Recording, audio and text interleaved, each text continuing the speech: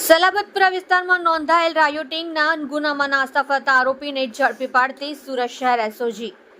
Police commissioner Shri Anupamsinh Gehlot Surat શહેરના police સ્ટેશનમાં નોંધાયેલ ગંભીર ગુનાઓમાં નાસ્તા ફરતા આરોપીઓને પકડી પાડવા અંગે આપેલ સૂચના મુજબ અધિક પોલીસ કમિશનર શ્રી ક્રાઇમ નાયબ પોલીસ કમિશનર શ્રી રાજદીપસિંહ નકુમ એસઓજીનાઓના માર્ગદર્શન હેઠળ એસઓજીના પીઆઈ એપી ચૌધરી નાઓની સૂચના મુજબ એસઓજી દ્વારા નીચે મુજબની કામગીરી કરવામાં આવેલ છે।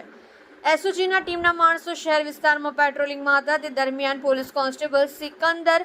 બિસ્મિલ્લા તથા પોલીસ કોન્સ્ટેબલ અસલમ ઇન્દ્રેશ નાઓને મળેલ બાતમી આધારે અઠવા કાદર શાહની નાળ પાસે જાહેરમાંથી આરોપી સમીર ઉર્ફે અગ્નિપત રસીદ શાહ ઉંમર વર્ષ 21 રહેઠાણ ઘર નંબર 5242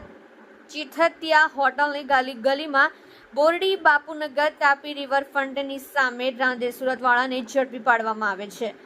મજકૂરની પૂછપરછ કરતા હકીકત જણાઈ આવેલ છે કે ગઈકાલ તારીખ 25/4/2024ના રોજ રાત્રિના આશરે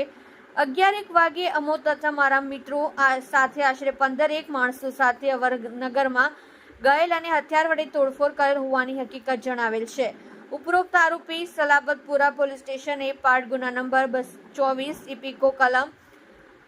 307 143 147 148 149 323 504 506 2